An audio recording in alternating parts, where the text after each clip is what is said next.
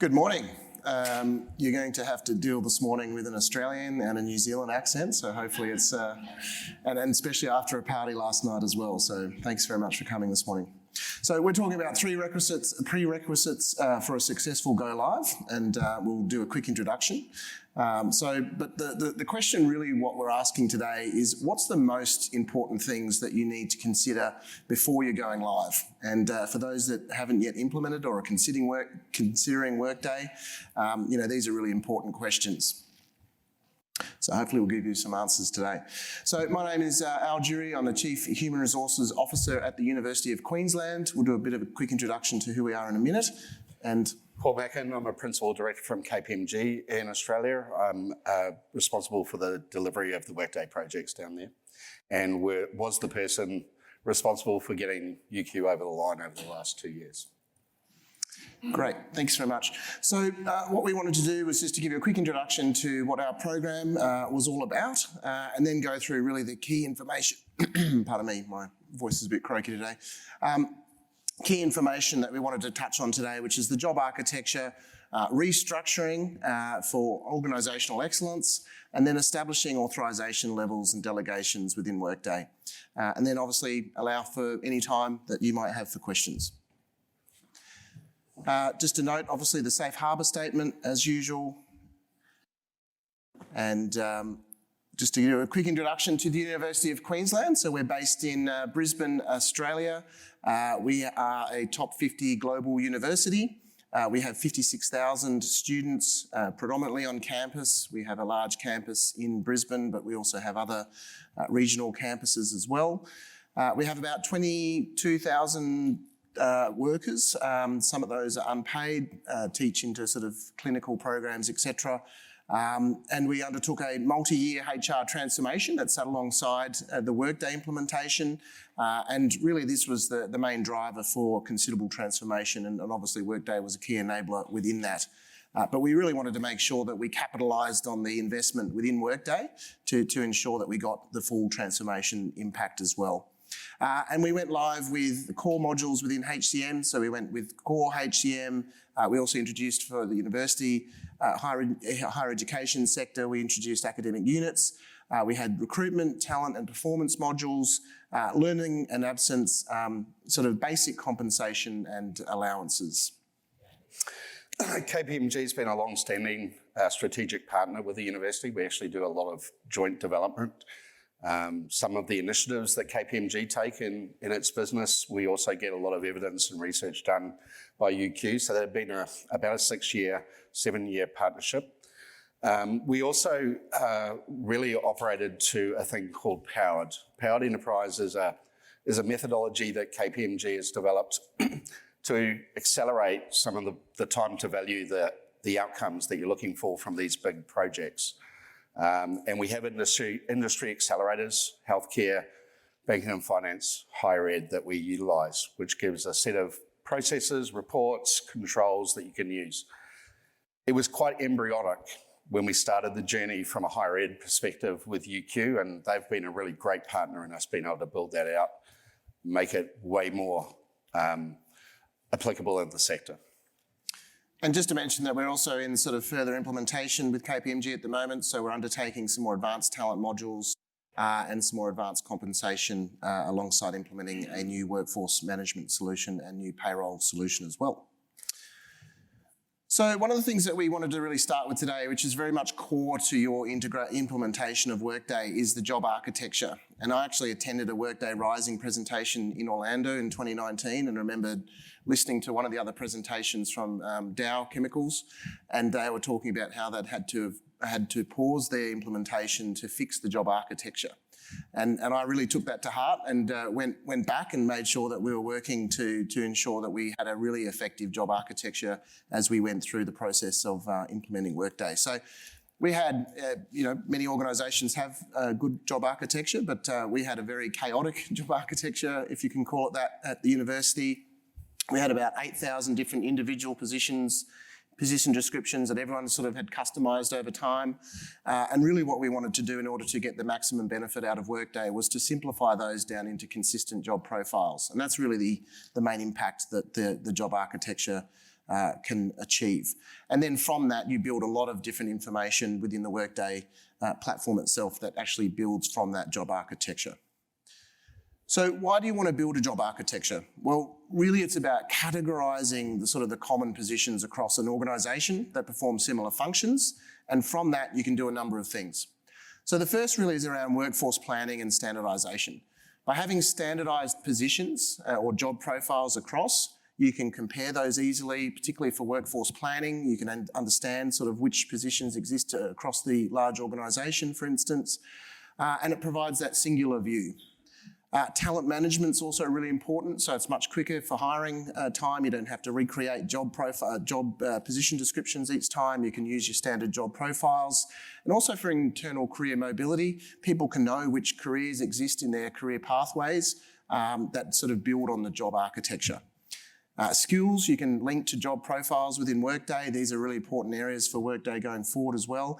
And, really to then use all of the existing functionality around skills and development within Workday as well. And having workforce analytics and remuneration data as well is really critical. So for instance, comparing like-for-like positions. So if you've got gender pay gaps that you need to address, you can do that like-for-like analysis by having consistent job profiles across the university or organisation that you work for.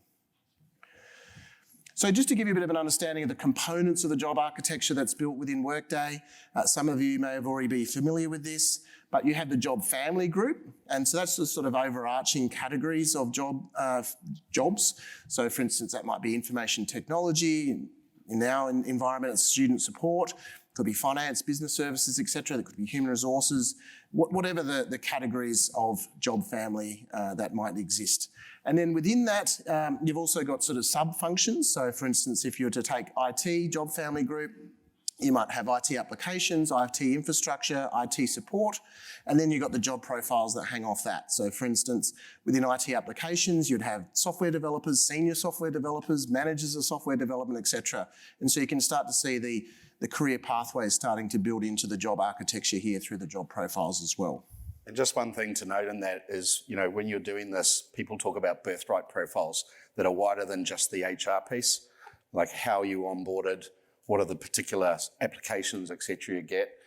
Making sure that you consider that when you're starting to look at these elements is really key. People try and do this one-to-one relationship that if I've got a special job, I've got a special set of software and, access that I need. And that may be true, but the maintenance of those sorts of things are similar to the maintenance of 8,000 job profiles, which is where UQ started. Yeah, that's a very good point. We'll come back to some of that as well in a minute. So some of the ways that we've at least used the job architecture within Workday, and maybe the precursor to this is that you need to get the job architecture built before you actually embark on the configuration of many of these areas within Workday. So for instance, we've got leadership competencies which we've matched up to different job profiles. So if you're a job profile, for instance, which is an executive dean in our university environment, that will have leadership competencies automatically assigned to that based on the job profile. On talent and succession, for instance, you can say which roles are critical based on the job profile. That feeds through the succession planning modules. Compensation grades. So for instance, if you're doing a job requisition as a hiring manager, it will automatically pick up what job profile you're in, that based on the selection, and then that will feed into the compensation grades that are available for that particular job profile. So you're restricted to the amounts that are sitting alongside that. Learning campaigns, you can push learning campaigns based on, say, for instance, job families. So for instance, if you have mandatory training that you'd like to push out for everyone in health, safety and wellness areas, you could push that based on the job family that they belong to, for example, in the Workday Learning module.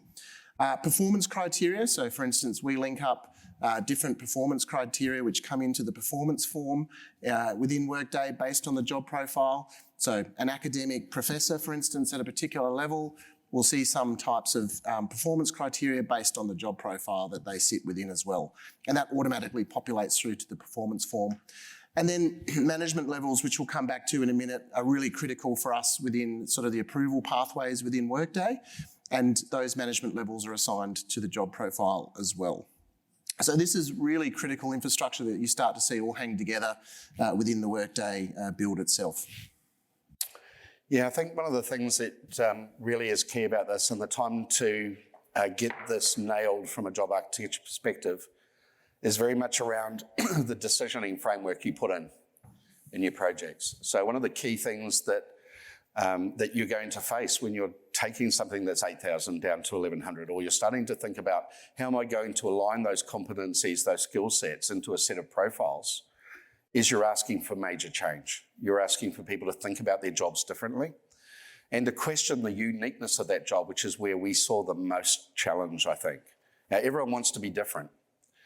From a delivery perspective, having nailed that structure of how your decision's going to be made, in particular, what are the governing boards outside of the project team, outside of your steerco, that's going to want to make the key decisions, be involved in those decisions? When do they meet? How often, how early do you have to provide them with papers? I mean, Al walked into one at the Vice-Chancellor's Committee. I think there was a 60-page pack that had to be there like a couple of weeks before, and they only met every quarter. So those sorts of challenges need to be considered in your delivery profile.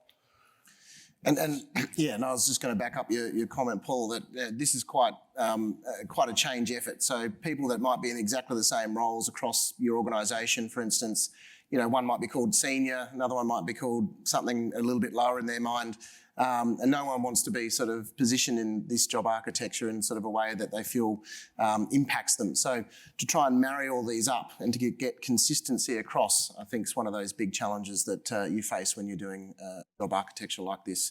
And it's just a process that you need to work through, and sometimes people, unfortunately, will need to use a job profile which might seem to be a bit lower from what they're on. So this is just an intersection of the job architecture and organisational data. So it's really important to consider also within Workday the supervisory organisations, which is your sort of effectively your supervisory structure and how that exists. And that's the sort of the blue lines that we've got up on this chart. So for us, that's sort of a faculty structure, for instance. But then across is the job family groups, the functions effectively. So the yellow bars sort of sitting across might be everyone that's in the marketing and student recruitment area. And so you might be a senior manager, strategic marketing and communications in the Bell faculty, and you've got a certain job profile. And then you might also have someone who's in the science faculty, and they'll have exactly the same job profile and exactly the same title. They just happen to sit in a different supervisory line. So that's that intersection of the job architecture with the supervisory line. And each employee through this process is then assigned an organisational unit, obviously which faculty, for instance, that they might sit in, the academic unit, which is a more higher ed specific structure within Workday, and then all the job profile data, so which job family, as I mentioned, that they belong to, the job family group, the job profile, management level, education, skills, etc. Then they're obviously assigned a position, so they've got position titles, they've got business titles, work hours, etc. And then they've got that sort of combination of how your management level, which I'll come back to a little bit later, and which supervisory organisation that you belong to intersects to actually build all of our approvals within Workday for the business processes. Yeah, the good news is there are configuration workbooks and specific templates that you operate through. So don't feel like you're starting from a blank piece of paper and having to build this out. The challenge is once you start filling those templates out and start looking at where you've got exceptions, where you've got elements that are just not aligned, it's really about how you close that out. So don't think that this is like, I've got to start with a blank piece of paper and write all this stuff down. There are strong templates that Workday provide. Certainly Powered Enterprise provides that allows us to go through this process. But the benefit of even doing this for the Workday stuff, even outside of that, is that you get much greater standardisation and simplicity across your organisations. And I think, for us at least, that exercise alone was a significant benefit for us as well. And just to help us to clarify for a lot of reasons the different roles across. So the next challenge that we wanted to sort of just run through was really around restructuring for organisational excellence. And we had some very large spans of control, and we'll run through a little bit around what we did there as well to make this a much more manageable process within Workday for approvals. So some of the key challenges that we faced before we implemented Workday, we had a very inconsistent understanding of what the role of a manager was, or responsibilities of a manager in a broad term across the organisation. And that's maybe very specific to a higher education environment, but at the same time, I think, many organisations probably have different understanding as to what their roles will be as supervisors, frontline managers, etc. And so this is an important point to clarify as well as to what is your role, what's expected of you in Workday when it comes to the role of what we call a manager within Workday. Yeah, and the shift to the managers actually taking control of their supervisory line and their people is one of the major components of Workday, right? Don't underestimate the amount of activity that managers are going to be expected to do. They're not manager by name anymore. They have responsibilities. And that's obviously sort of, if you can't get that clarity and can't sort of make sure that the managers understand what their responsibilities are in a consistent way, it makes the approval processes within Workday quite a challenge. The second part really, and maybe again specific to the institution that we had very large spans of control. We'll cover off that a little bit as well. And what that meant was that they had lots of local workarounds. So we had some schools, and we'll come back to this in a minute, where they had, for instance, 100 people reporting directly through to a head of school. And so they'd created all sorts of workarounds to try and accommodate that, and we'll come back to that in a minute. And that's going to impact managers significantly within Workday when you implement, because suddenly their workload's going to be quite phenomenal. And then the third area really is around inconsistent roles across. So we had, people in one faculty or one school doing a particular activity, in another school, another faculty would be someone quite different who was performing that approval, for instance. And so getting consistency across, particularly when you're building out security roles within Workday, is really critical. Otherwise, you'll end up with a lot of custom security roles, which is never good. Also for managing that going forward as well. So the first challenge was really just to try and address the role of a manager. We put a lot of effort into being clear about what the expectations are of our key management roles across the university. We introduced common job profiles that I mentioned earlier, and within those common job profiles, you had the consistent information around expectations that those individuals were doing within those roles.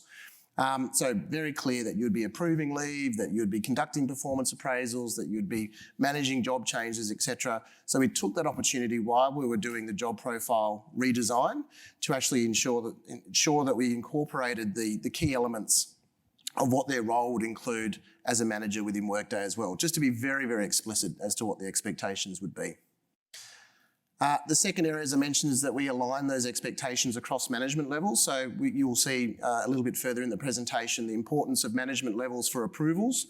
And those management levels have quite a difference in terms of approval authority. And so if you're a level 3, which I'll walk you through in a minute, what are the expectations that a level 3 manager would have within those management levels? We also introduced the role of an academic supervisor. This was sort of in other industries or sectors might be more of a frontline manager, to be very clear about what the roles are for people that hadn't typically understood their role as a people leader, to be very explicit that you would be conducting performance appraisals and undertaking leave approvals, etc., or absence approval within Workday. We also have another challenge within our institution, which is again probably not unique to universities, and that's having multiple positions. And so we've got people that have primary, secondary, and even tertiary managers, and how you then understand what the role of the primary manager is, who might be the person who's undertaking the performance appraisal, or what's the role of a secondary manager, for instance, who might have to have a conversation but that feeds that performance appraisal information back to the primary manager, how that flows through to approvals, etc., for absence, performance, etc., is really quite critical. So we had to clarify also very much up front who's the primary manager, and we came up with some criteria to do that, and then who would else be otherwise the secondary managers, etc.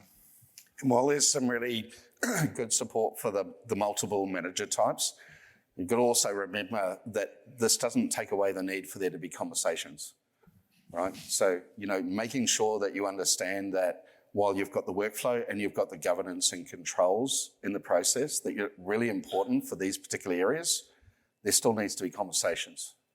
You'll never take away the need for these managers to converse about individuals, right?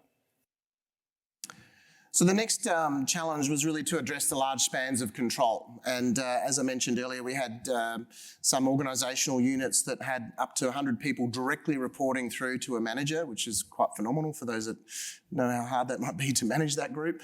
But as I mentioned, that had come with all sorts of workarounds to try and accommodate that structure. So we actually took the 6 largest schools. We have around about 30 odd schools. Some of these are quite large.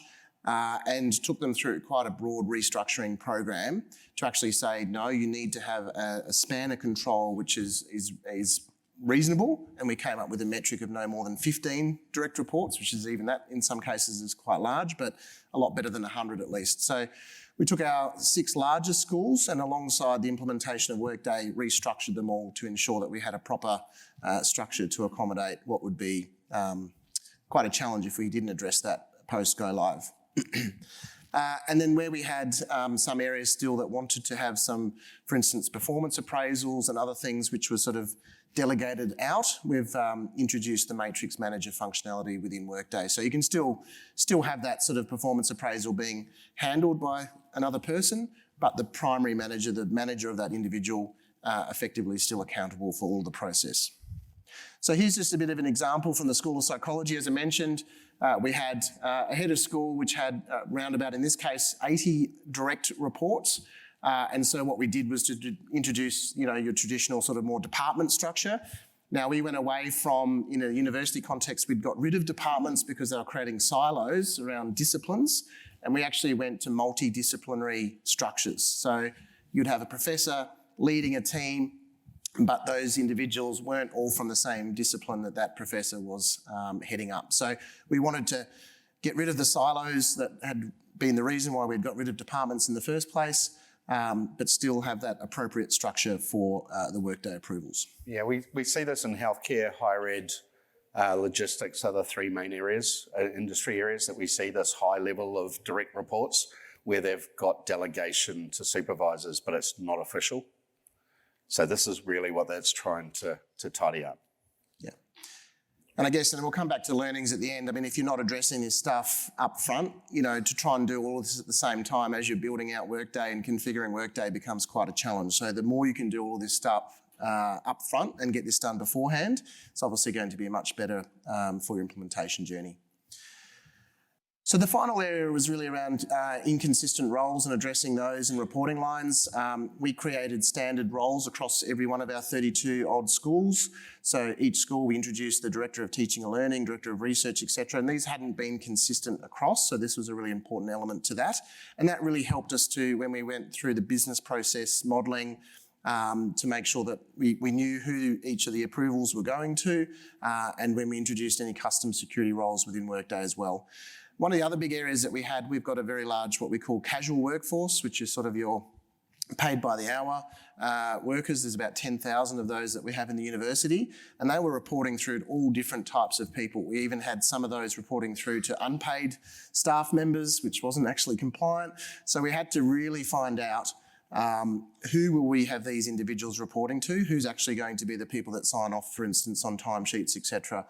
And that's been a sort of a good fix-up as well, where we've now got them all going through to a consistent role within each school. That was probably one of the biggest harvests from the program from a KPMG perspective, was understanding those roles and where those inconsistencies laid, so that we could actually pull together a set of higher ed roles that we could then use with other clients and customers, and really understanding what they did. I think across all the industries, understanding what people's roles are and how many roles you're going to have in Workday is one of those key things you need to consider. Very good. So the final area is really around authorization levels and delegations. And this again is back to that consistency of approvals that happen across an organisation. So the 3 challenges really that we faced before where we went live with Workday, we had inconsistent management levels. So again, different levels that in the previous language were approving things differently. So in one unit it was sort of one level, another unit it was another level. And so without those management levels and the language around management levels, it was very difficult to try and have some sort of consistency. So we introduced management levels as a concept. And for a higher education institution, that was quite corporate, so it was quite a challenge to get that through. But we've now seen that has entered very much into the the language of the university executive. So I was in a senior executive team meeting the other day, and they were starting to use things like, well, management level 3 and 4 can do this, and management level 2 can do this, etc. So that's now really entered into the DNA of the university, which is great. The second area is really around inconsistent approval levels across. We wanted to make sure we had some key principles here around no variations across schools or faculties. So before Workday, in Faculty X or Research Institute, this person or this level would be the ones that would be approving it. In another faculty, it would be a different level. We said, as a principle, across the university, we have consistent levels of approval. And that was, again, a big change. And we see this a lot with clients where they actually don't have anything around levels. It's actually individuals. So when someone looks at an authorization schedule, it's going to, Jane or John or Paul, or it's not actually leveled or structured in any way. That is probably the second biggest challenge that we see with implementations, is you've got to think about it from a role perspective and their level, not about the individual.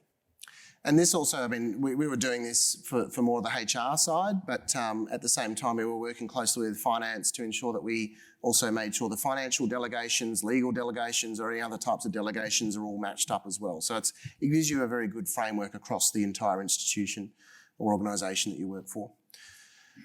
So introducing management levels, we introduced management levels 1 through to 8. So every single role, and that's assigned to each job profile, has a management level assigned to it. And as I mentioned, that creates much greater consistency in terms of titles, salary bands, etc. And so each job profile has that management level assigned. And as I mentioned earlier, and we can talk about that a little bit more, is those management levels intersect with the supervisory organisation to determine the approval pathways within Workday. That's your approval chain, and we'll touch on that in a sec as well. So here's an example of management level. So we've got management level 1 being our chief executive, which is the vice chancellor and president. Management level 2 being sort of the senior executive, such as the senior vice president and provost, and so forth, executive deans, level 3, and so on. And you can have, for instance, a level 8 reporting straight through to a level 6, but what you don't want to have is a level 6, level 6, level 6, level 5, so you've got to have a structure which actually flows, because this also generates the approval pathways within Workday. So actually cleaning this up, that the intersection, as I mentioned, between the supervisory organisation and the management levels was quite a huge effort. And that's something that really, again, if you've got time to try and tackle before you go live with Workday, or before you at least are starting to implement Workday, will give you a lot of benefit through the project. Yeah, the challenges here, I think, were making sure that they got the academic and the professional side aligned, because there were quite big differences in that space. Making people understand that you can't have people at the same level having some level of management control over them. It just doesn't make sense. You're giving them access to information that, as a peer, they probably aren't supposed to see. So there's some really challenging controls pieces around how you do that, and some very tough conversations at the university about where people got promoted up a level or were taken down a level. Yeah. Again, happy to answer any questions on that in the Q&A. So then we developed an authorization schedule built on those management levels. So once we'd agreed on what the management levels were, and we'd organised the job profiles and structure to sort of fit that management level structure, we then needed to basically develop the authorization schedule. And we started from some principles. And the first, as I mentioned, was that we would have one level of approval across the entire organisation. I didn't want to have one institute doing something at one level and another place doing it somewhere else. So we got the buy-in from the Vice Chancellor and President to endorse that they were the key principles, and that really helped us to avoid lots of exceptions, lots of custom business processes where you might have a particular executive dean of a faculty saying, no, I want it to go to this person in my faculty, and someone else saying, no, I want it to go somewhere else. We eliminated that by having those key principles agreed up front, which was very helpful. And we'll touch on what we then use, which is the authorization or approval chain within Workday. There's different ways you can do approvals. We decided on the authorization chain, which is a really good way of doing things. But that then requires you to understand what the entrance point is, so who's the first level of approver, and then what's the final approval step. within that business process, and we'll touch on that now. So it's probably a little bit complicated. Don't get too worried about looking at this slide, but effectively what we've got is each of the different management levels down the left here. We've then got the job profiles. So for instance, you can see here executive deans are all within the executive management level 3. So the job profiles are named here, not the individual positions or individuals themselves, it's the job profile. So we've got about 6 executive deans, for instance, and then that tells which management level they're in, for instance. So we mapped all of that into management levels. And then what we did, these are all the different types of approvals within Workday. So for instance, if we're appointing a level E tenured professor, a full professor, it would go to the provost. You can't see it here, but it goes to management level 2. Now, again, we don't name positions here. We're just naming the management level, and the management level we know is the provost, for instance, in that case. So it actually intersects very nicely between the management levels and the supervisory organisation to build those approvals. And we actually developed a new configuration workbook specifically for the HR authorization schedule. So this is, previously it was part of your individual process design workbooks and configuration workbooks. We lifted all of that out and put it into its own configuration workbook with this level of detail around what processes were being operated against which management. The other thing, and I'll come back to this in a minute, you'll see this little W symbol here. We actually built in who can also be delegated using the Workday Delegations functionality so that it was very explicit, and I'll come back to delegations in 1 minute. So this is just an example of how that actually works in practice. Paul will talk a little bit about this as well. But this is an example. If you're creating a job requisition for a level D academic position, you don't need to worry about that if you're not familiar with the terminology. But effectively what this is that if you've got a deputy head of school who's initiating, or the hiring manager, they're hiring this level D, it should say, sorry. Pardon me. Then the first approval step is the head of school, and then the final approval step is the executive dean. And that's your entrance point to the approval chain, and that's your exit point. If you introduce then, for the same position level, if you introduce a loading on the salary, and in this case we've got a criteria for where these go, so if it's over 25% on top of the base salary, we have actually got the approval going all the way to the Vice-Chancellor. So we feel this is quite high in terms of the approval chain, but that was a direct request from the Vice-Chancellor, who wanted to have sort of control over the sort of salary and compensation for these particular appointments.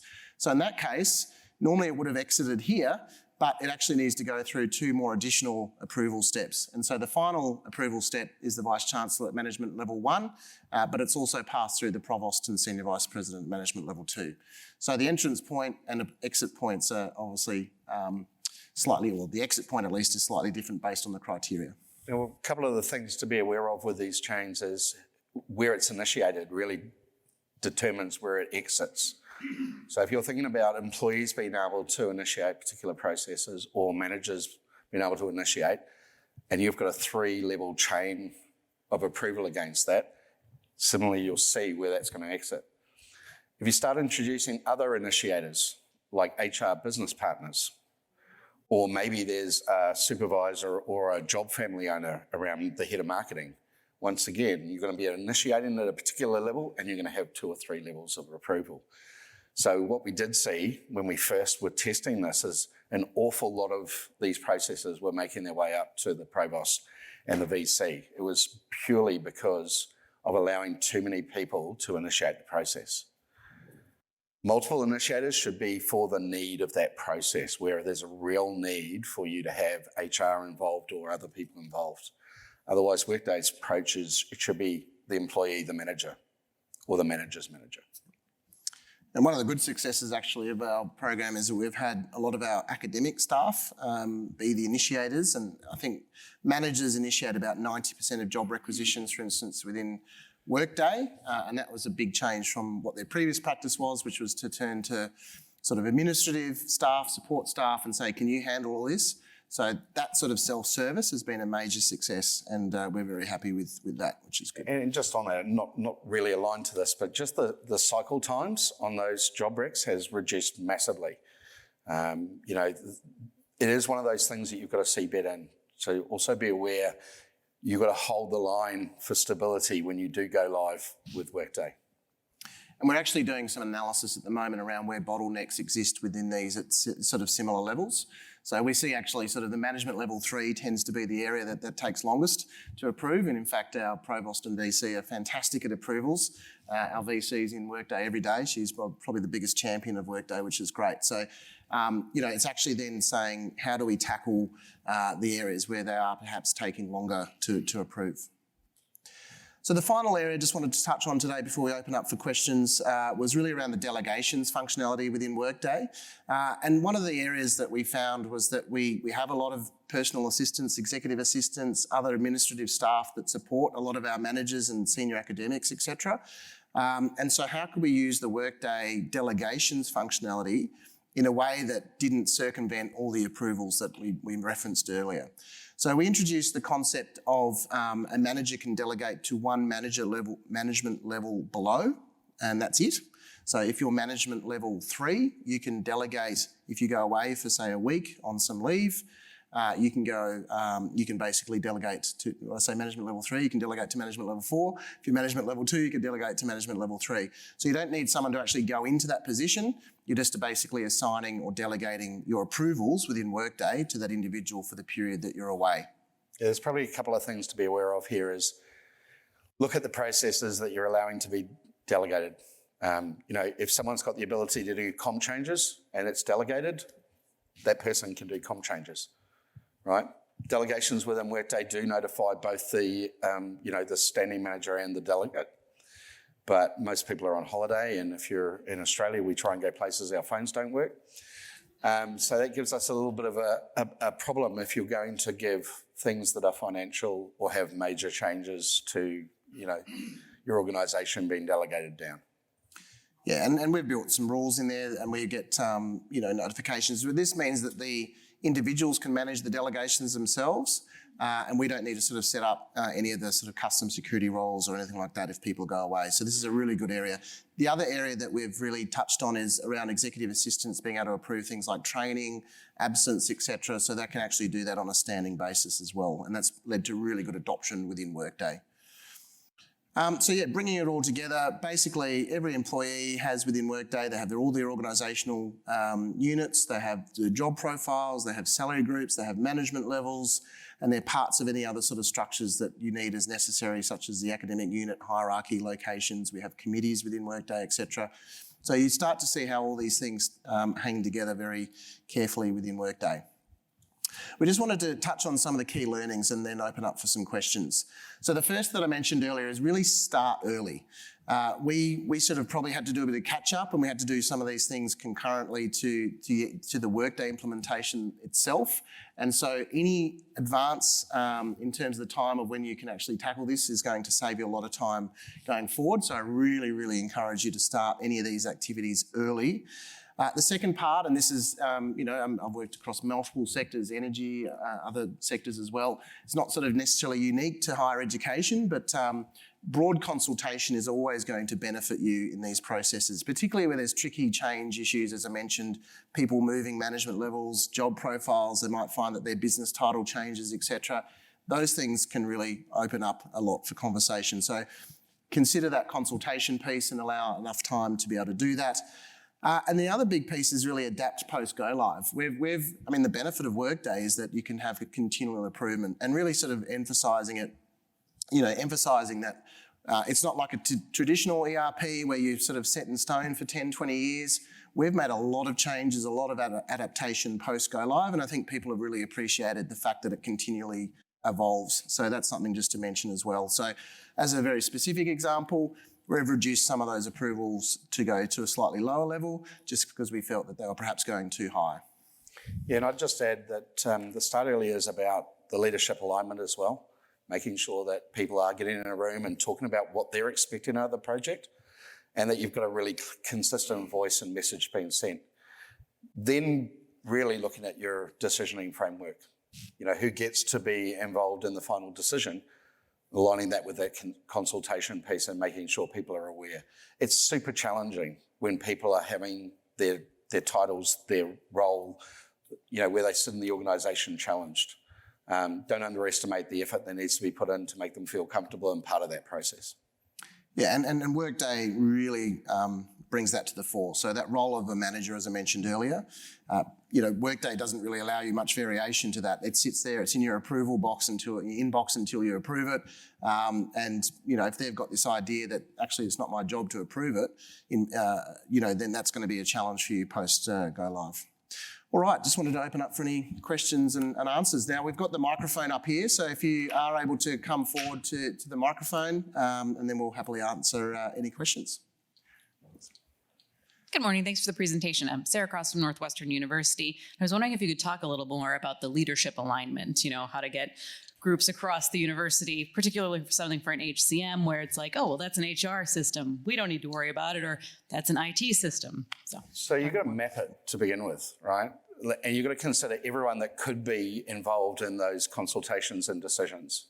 You've got to look at, well, who are the decision makers from a program perspective, but what decisions are you going to be making that need to go to different governance groups or different individuals? We're embarking on a project with another university in Australia at the moment. There's some things that we've talked about already that will go to the provost. So if you're already calling that out, then you've also got to put the right structure around how is that going to be presented to the provost, when's it going to be presented, put that planning in place. So it's a governance plan, I suppose, is what I would call it. I'd add to that. So we set up, the provost and myself set up a sort of a governing body which basically had all the executive deans involved in the decision making around where approvals sat. So effectively, we made sure that they're invested in the decisions. So I even had a comment when we went live, for instance, wow, there's a lot of approvals, but I can't complain about it because I was involved in the whole approval of that process. So the more you can involve them in the decision making, the more that they'll, I think, adopt the process. And we took through many decisions through to our senior executive team, senior leadership team, to really make sure that they were involved and invested in the process before we went live. And fortunately, we had very strong support from the Vice-Chancellor, the Provost, and other senior leadership. Thanks. Hello, Drew. Very good morning. Drew Williams, University of Sydney. Paul, Al, thank you so much. A really insightful presentation. A couple of significant takeouts for me. One, the establishment of management levels. Kicking ourselves, we didn't do that. And secondly, restructuring the big faculty/schools. A lot of our pain comes from clients, infuriated with all of the notifications that are coming through for this very reason. So my question to you today is, how did you get buy-in and support to execute these significant pieces of work when arguably HR being a support function, doing it to the business? Can I just start with, I've been involved in about 8 Workday implementations. I had never seen anything quite like the 80 to 100 direct reports at a school. I remember us doing the scoping work with UQ, and I was like, that's not real, right? We're like, no, there's 3 of them, 3 schools that are up that level. And I'm like, Workday's just not going to work. So we knew what the challenge was up front. We sat down, we worked out, well, what is going to work? Yeah. And what other things that we can bring to bear as far as the technologies within Workday that could do it. And there was only one answer, which is management levels. But introducing that, Drew, so we basically had, we had these 4 task teams that executive deans individually chaired. We did all the work for them, but they sort of had the chair of that particular activity. So for instance, all the common job profiles that I mentioned earlier around school roles, that was chaired by one of our faculty executive deans. And so she made sure that all the job profiles got through the academic environments, academic boards, etc. For the approvals, another executive dean chaired that work, and he made sure that all of these approvals would be accepted by the academic colleagues. Similarly with the school structures, we got strong support from the heads of schools. So I personally led a lot of work with the heads of schools around doing that, and we got some early wins with some of the schools that wanted to change, and then I think others saw that was an advantage to them as well. So yeah, it was a big change process, but we were fortunate in having a lot of strong support from the academic side of the university. Yep. Very good. Thanks. Any other questions? Sure, why not? We'll keep the Australians talking, shall we? So I support 13 countries in Europe, and so we're live, and I inherited the job profiles from the US. So what I'm finding is having to go back and rework all those. And you're talking about applying skill competencies against the job profiles. Do you have any recommendations where competencies within the job profiles might need to be different based on school or based on university? As in, can you apply conditions around that? So at the moment, the only competencies we're using are the leadership competencies, and we've very much married that up to the management levels. So that sort of marries to the sort of the leadership framework that we have, which is around sort of the different transitions that leaders have, and that ties in nicely to those management levels. And then skills are built around sort of the job profiles, more specific to, you know, if it's an IT role, these are the skills that's expected of those, etc. So we haven't had more granularity than the leadership competencies at the moment. Okay. I just make sure that you challenge how much difference you introduce and try and look for the commonality and really, really go, this is something that needs to be different. Yeah, I think for us, like when you think about language skills, absolutely. So you have a store manager in one country and he needs to speak Italian, and over here he needs to speak Spanish. Absolutely. So same job profile, and we don't want to be changing that by country. So and in country certifications and things like that as well, obviously. Things that are transferable or not transferable, those would be another area that you would focus in on. Yeah, perfect. All right, thank you. All right, I think we're out of time, but if anyone else wants any questions, we'll be around for a few minutes. But thank you very much for today, and great to see you all. Thank you so much.